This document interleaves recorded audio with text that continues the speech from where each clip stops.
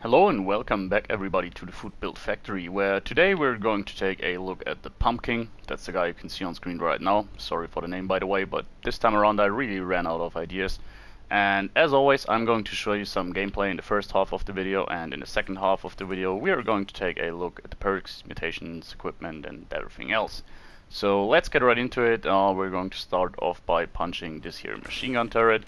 And as you can probably tell by the fact that we are not one-shotting it, this character isn't focused on damage exactly, but we're more taking a look at tankiness.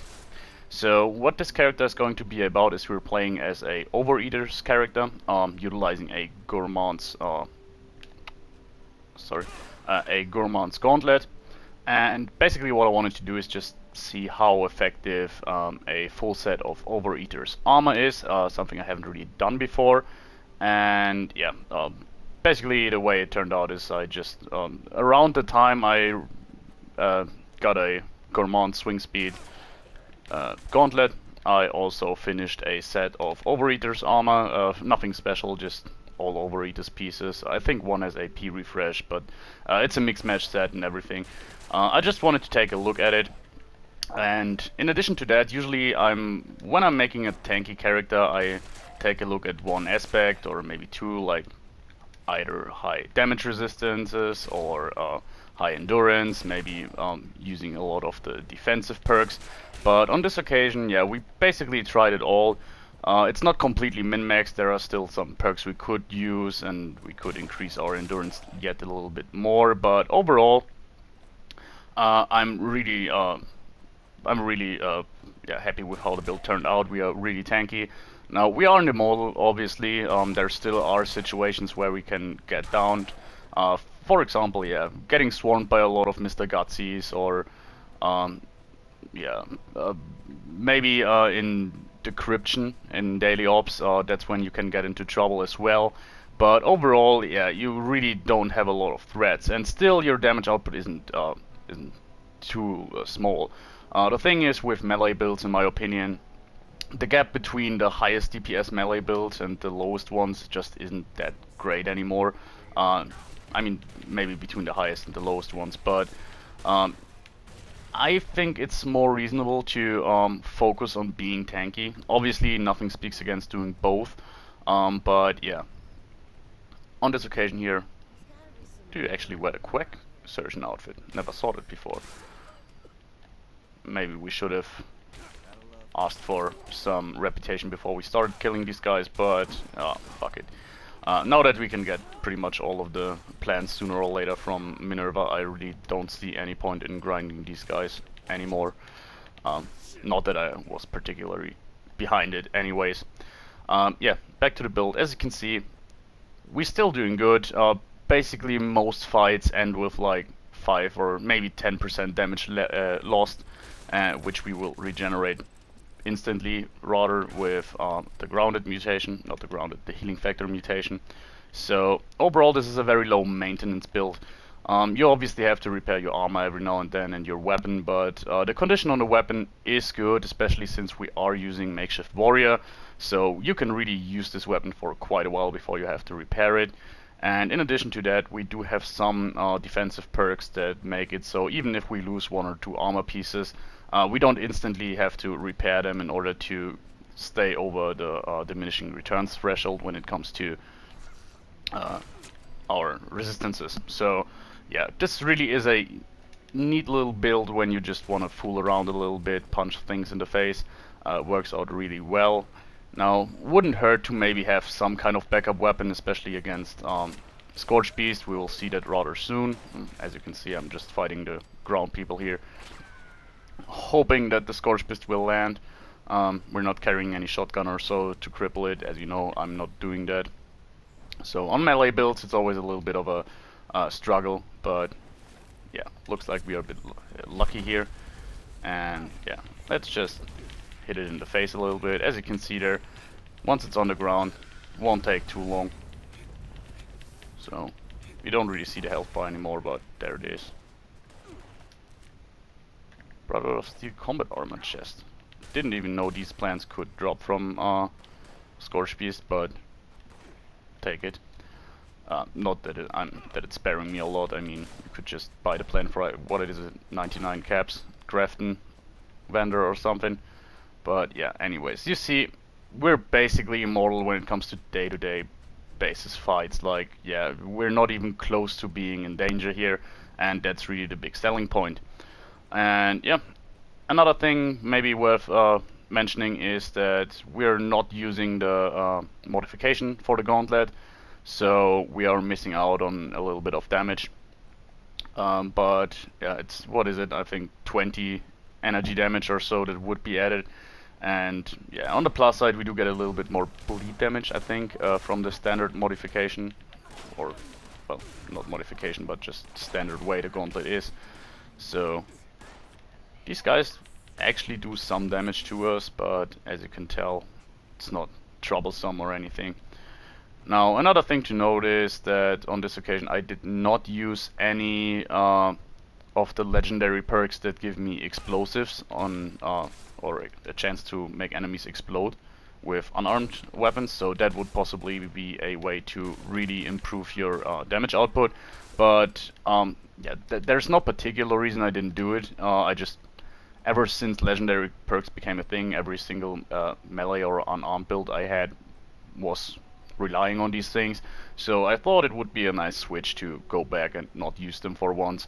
And yeah, I'm really not missing them too much after all. I find that, yeah, they may be useful, but they can be kind of distracting, and yeah, sometimes just throw everything around and so on. I will definitely make a build more focused on them in the near future though. Basically, when I did my last melee build, it was a VATS melee build, and what I said in that video was that my next one is going to be another melee VATS build. Well, that was a lot of VATS and melee, but yeah, that was a blatant lie, obviously, since we're not using VATS here. Just happens to be like that, but I'm still having that character build in the back hand, so that will be the next melee build, most likely. And yeah, not really want to bother to go back there and just kill another Gutsy, but yeah. Let's move on here. Maybe he'll follow us. Yeah, he does. Oh, he's a bit far behind. Let's see, maybe when we're fighting the ghouls he will catch up or just naff off. So, where was I? Yeah. Another thing about the build is obviously since we are using Overeater's armor, yeah, we are in the need to be well fed and well hydrated. We are still rather tanky if we're not, so yeah, you don't really have to bother with it too much, and you could potentially just eat and drink when you're planning to do a boss fight. And speaking about Overeater's armor, I mean, not the best one, to be honest. Not the worst, but yeah. This is where the build really shines, by the way. Mobbing is just a fun little brawl. I think there's a rat around here. And yeah, that was it. Rather easy, I guess. Okay, no, 2 more rats, but we can handle them. And let's make our way to Huntersville. And yeah, anything I missed to talk about? I don't think so. Basically, the build speaks for itself. Works out really well. Obviously, nothing speaks against using other weapons. The gauntlet isn't exactly the best unarmed weapon. Not the worst either. It's right in the middle. And to be honest, with most of the unarmed weapons, I think that the difference is negligible for the most part. But yeah, I wanted to have this one here because it has some kind of gruesome look to it, just because of the boss blade, I think. Not boss blade, soul blade. But yeah, wanted to make this kind of horror build. I initially thought I wanted to make a kind of mole miner build, but that will be the VATS one. It's coming up soon. And as you can probably tell, we're not using power attacks all that often because one of the perks we are utilizing in order to get more tanky is dodgy. And yeah, so we're running out of AP during fights rather quickly, but since we have a swing speed version of the weapon, I prefer to just punch enemies more often anyways, rather than going for power attacks. But if we do so, if we do go for power attacks, I do that sometimes when I'm fighting tougher enemies that are on their own. we do get a little bit of extra damage reduction from the tertiary legendary effect, which is rather nice, but yeah, unnecessary in pretty much all circumstances. And what I wanted to say but missed a little bit is I do carry survival syringes from the legendary perk, which come in very handy. I think even Tyr used it in his Overeater's melee video. Was it a melee video? I'm not sure. But anyways, yeah, even he used the survival shortcut legendary perk, so it's just very useful on this occasion. I mean, I would never consider it for its healing factor, but just being well fed and well hydrated from one single syringe without having to bother about any other food or so is nice. Definitely not necessary in my opinion. I mean, water is rather easy to come by, and maybe you're swimming in it. Well, maybe you're swimming in water, but you know what I mean. If you're doing a lot of events. And food, well, to be honest, if you really are a dedicated melee or unarmed build, it's likely that you want to carry a lot of food buffs around with you anyways. Talking stuff like mutant hound chops or roasted yao guai and so on. Yao guai ribs, I think it is, and deathclaw steak. So being well fed shouldn't be too much of a hassle either way, since you're getting another chunk of benefits from it also.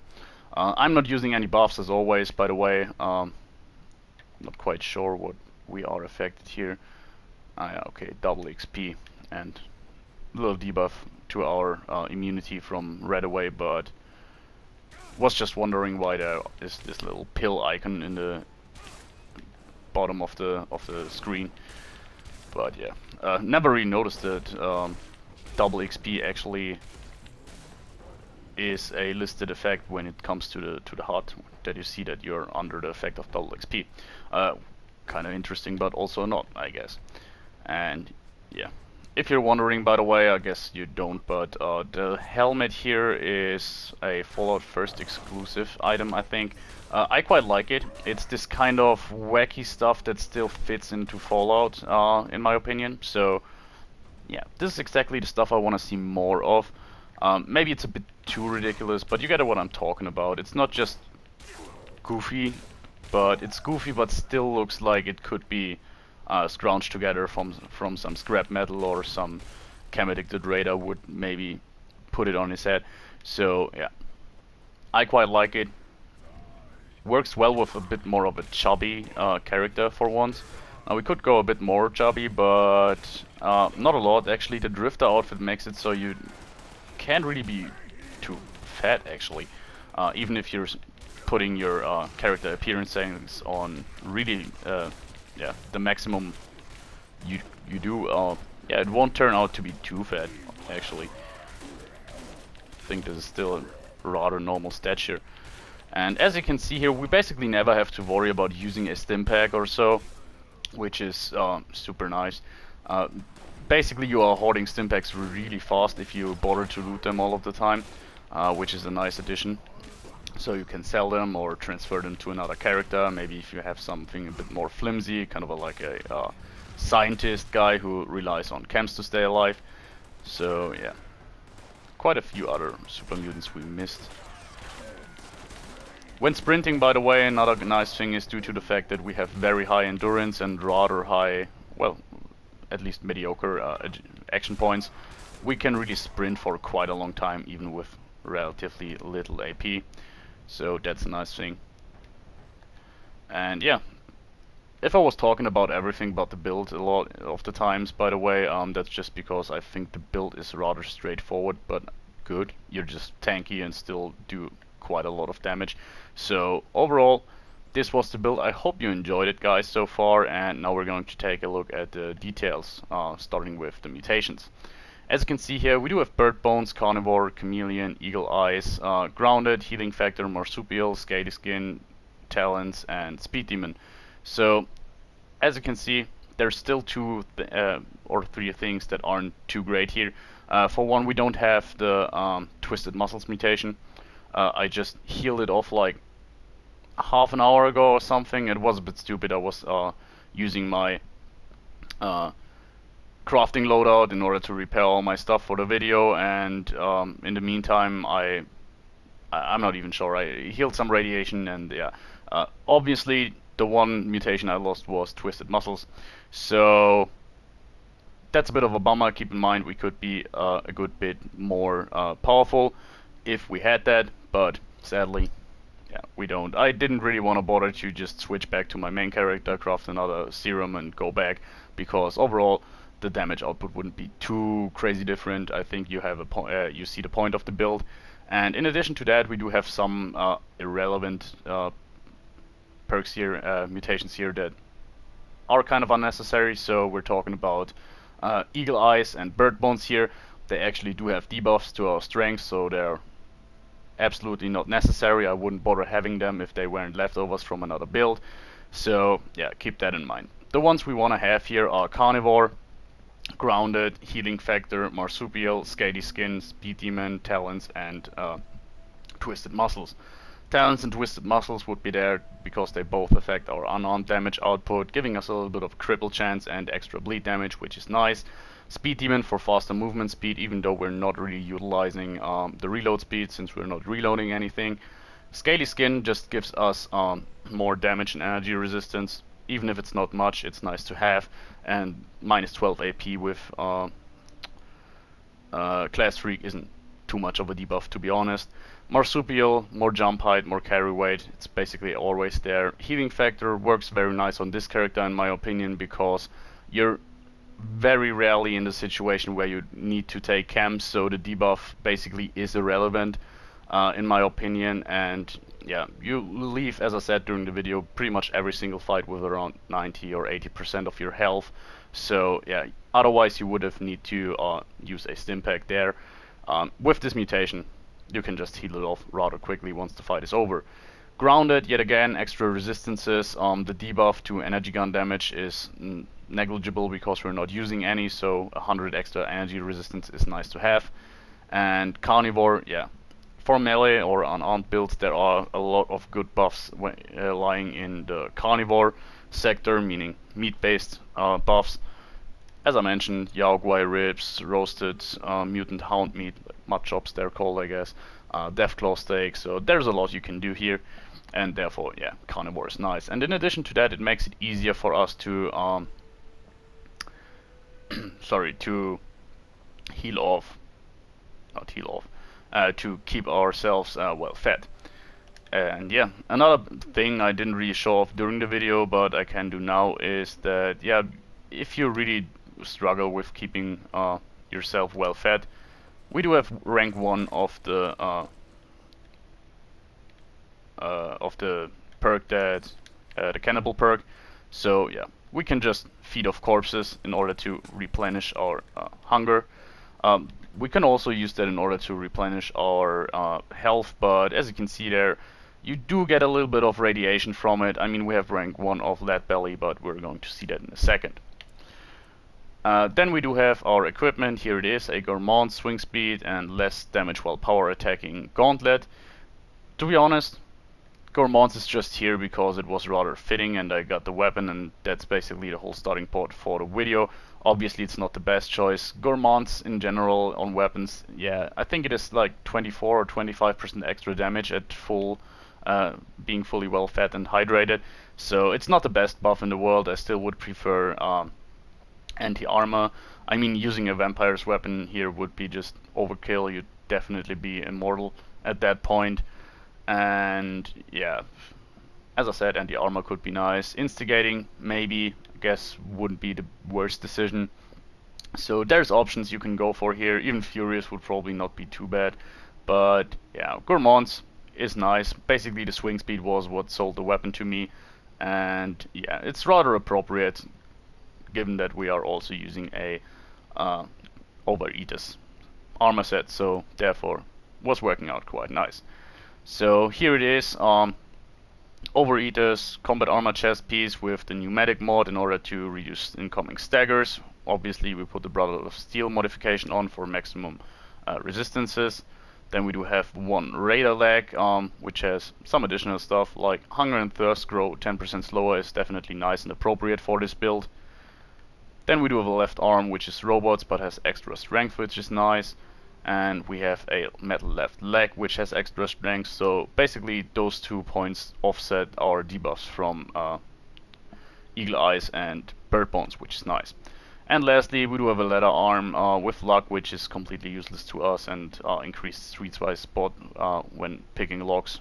Well, not sure I ever picked a log once I was using this build, but yeah, it's there. Overall, I just wanted to have a full set of Overeater's armor. As you can see down there, our resistances are at 375 and 378, which is rather nice. We do have decent radiation resistance, but yeah, we are definitely above the diminishing returns when it comes to our resistances, and we're even very close to compared between damage and energy resistance, which is nice. Nothing important, but nice. And that leaves us basically with, sorry, last thing I wanted to show off here. I finally bothered to get the Shielded Secret Service on the armor for my melee guy, which is a nice thing to have. I mean, perception is a bit lost here, but extra strength and endurance for each is nothing to cough at, so that's definitely good. In terms of perks, here we have it. We have 15 strength, rather obviously. We use it for Martial Artist, Incisor, and Iron Fist. Those 3 choices are pretty much straightforward when it comes to an unarmed character, I would guess. More swing speed, more armor penetration, and more damage overall. And lastly, we do have Blocker, further adding to our defensive, meaning that melee enemies can not damage us as much. We're taking 45% less damage from their attacks, so one of the best defensive perks in the game in my opinion. And then we have Barbarian. This is one of the perks I mentioned that just giving us extra resistances, even if we don't need them really, but it makes it so when we are, when one of our armor pieces breaks, we're not down to like 250 damage resistance, but yeah, we can still stay reasonably above 300. In terms of perception, there's not a lot we could use here. I went down to 1 and yeah, we just used it for concentrated fire. To be honest, there's nothing I needed here, so yeah, do whatever you like. I mean, if you really want to maximize it, use 1 rank of glow sight maybe. So yeah, it's just a dump stat for us. Then you can see similar to strength, endurance is very high at 15. We do have life giver, slow metabolizer, lead belly, adamantium skeleton, cannibal, fireproof, and rejuvenated. So my must-have picks in this category here would be rejuvenated, fireproof, and life giver, and adamantium skeleton. No limb damage, nice to have, so we never have to use a stim pack basically. Life giver, just giving us an additional maximum health. Fireproof, one of the best defensive perks in endurance, just making explosions rather obsolete. And lastly, rejuvenated, a perk I usually don't really bother with, but on this occasion, since we're trying to be well fed and well hydrated all of the time anyways, yeah, might as well improve the benefits from them, meaning that, yeah, more maximum HP, better AP refresh, so better disease resistances, so definitely a good pick here. And that means we were left with 3 other points. I didn't really know where to go with them. I had 1 lead belly, slow metabolizer, and cannibal, as I said. I would keep 1 rank of cannibal just because it's, in my opinion, easier to just every now and then eat a corpse than, yeah, pick up meat or anything and then go into your inventory, look through it, and eat it manually. So that's just a nice pick for me. And yeah, lead belly synergizes rather well with it, so you do take less radiation, even though we heal it off over time. Reducing it is not a bad thing, in my opinion. And lastly, we do have slow metabolizer, so all food satisfies hunger a bit more. But yeah, that's just a throw-in, so do whatever you like here with these perks. Going on to charisma, we're at 7. A combination I use very often, but I tried not to use that often in the last few weeks, and rather successfully, I would guess. But yeah, it's finally back, Lone Wanderer and Tenderizer, so extra tankiness and AP refresh, as well as extra damage on consecutive hits. So Tenderizer, pretty straightforward here, we're hitting our targets rather often, so Tenderizer is a nice pick. 10% multiplicative damage is nothing to cough at. And yeah, The extra AP refresh we're only really using for dodgy, but it's nice to have. And one thing I recently read, which is rather interesting, apparently Lone Wanderer is bugged ever since the game came out and doesn't give you the 20% less damage you should get. I never really noticed it, but to be honest, it was something that was so short work that I never really looked into it. To be fair, I only really read it on like one post, so I'm not sure what's behind it. Never heard a lot of talk about it, but just in case, maybe I was talking shit like for quite over a year now. Anyways, I would still use it just for the AP refresh, which apparently should work, but yeah. Onto intelligence, rather low at 5, using Makeshift Warrior. I think it's still rather crazy how big the difference is on melee weapons or unarmed weapons using Makeshift Warrior and not using it. It just feels like using Makeshift Warrior is more effective than it should be. Yeah, because I really have to repair my unarmed and melee weapons very often. They tend to break rather quickly, most of them at least. And yeah, with Makeshift Warrior, I switched to basically never having to repair them. They hold for ages, so I'm not quite sure what's up there, but I found it to be nice and convenient to have Makeshift Warrior here. There's not a lot that we could use either way. If you decide to go for some of the explosive perks, legendary perks, so talking about Exploding Palm, for example, yeah, Demolition Expert would be a nice pick here instead of Makeshift Warrior, just to keep that in mind.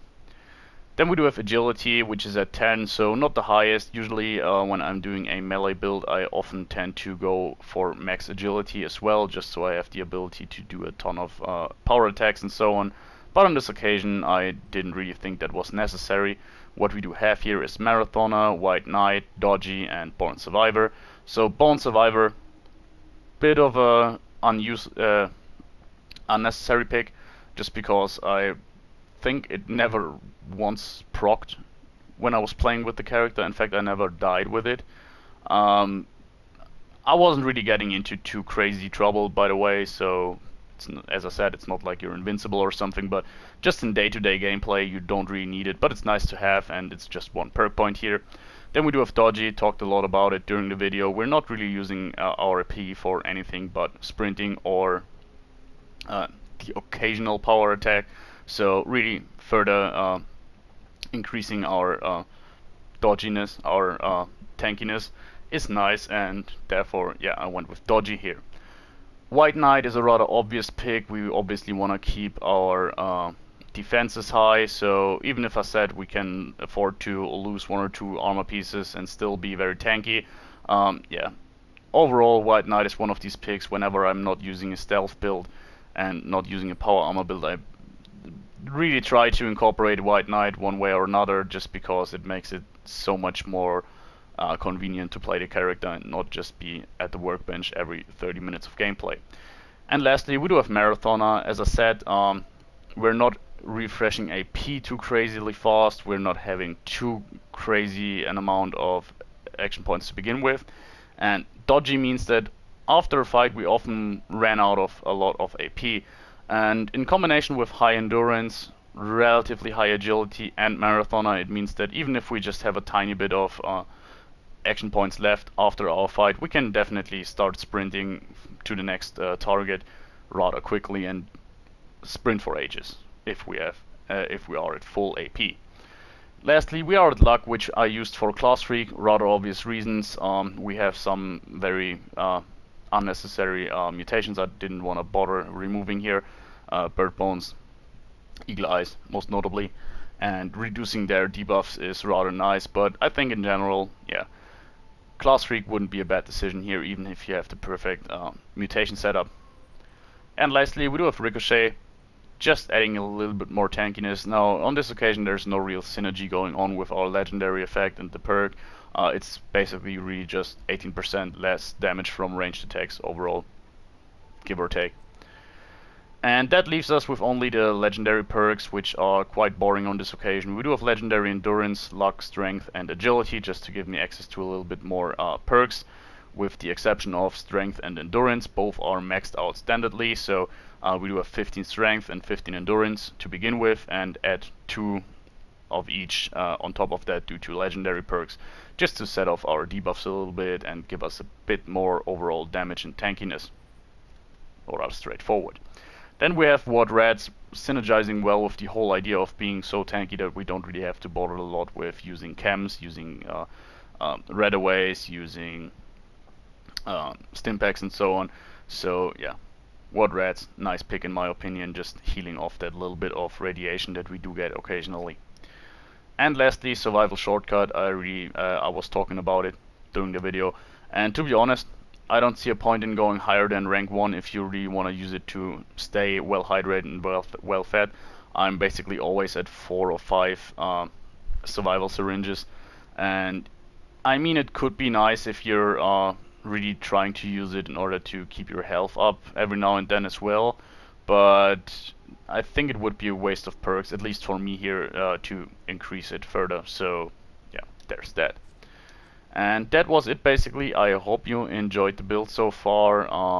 Where is it? The photo gallery. I hope you enjoyed the build. It was rather nice. I really enjoyed playing with it. And yeah, don't wonder how it would have turned out if maybe we would have twisted muscles on this character. It isn't that big of a change, to be honest. That's why I decided to still make the video and not switcheroo. Obviously, I wouldn't want to play without it if I would do so for a longer while, but yeah, I think for the purpose of this video it was enough. Anyways, guys, see you next time.